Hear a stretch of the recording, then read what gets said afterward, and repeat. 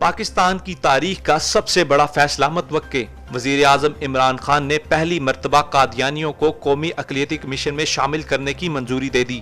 وزارت مذہبی امور کو نیشنل کمیشن کی تشکیل نو کے لیے ہدایات جاری کر دی گئیں۔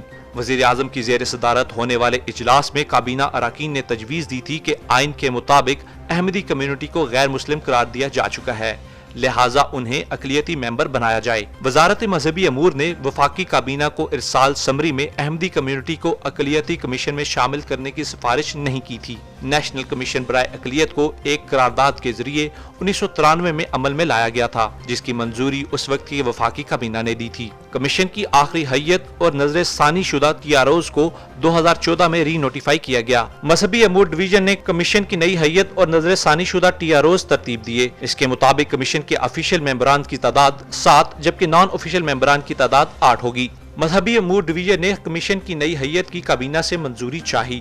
بحث میں ممبران کی جانب سے کمیشن بننے پر تحفظات کا اظہار کیا گیا۔ ممبران کی جانب سے رائے دی گئی کہ کمیشن کو معنی خیز بنانے اور اس کی خود مختاری کے لیے ضروری ہے کہ اقلیتی برادری کی نمائندگی کو بڑھایا جائے۔